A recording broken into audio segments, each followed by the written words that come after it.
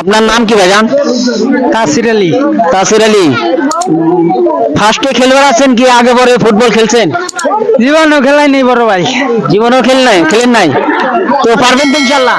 ইনশাআল্লাহ কোশিশ করুম। কোশিশ করবেন তো লাগবার চাই না, জোর করে লাগান না আর কি। অবশ্যই ইনশাল্লাহ, অবশ্যই দোয়া করবো, ইনশাল্লাহ অবশ্যই পারবেন। দেখি আমাদের তাসির ভাই কি করে।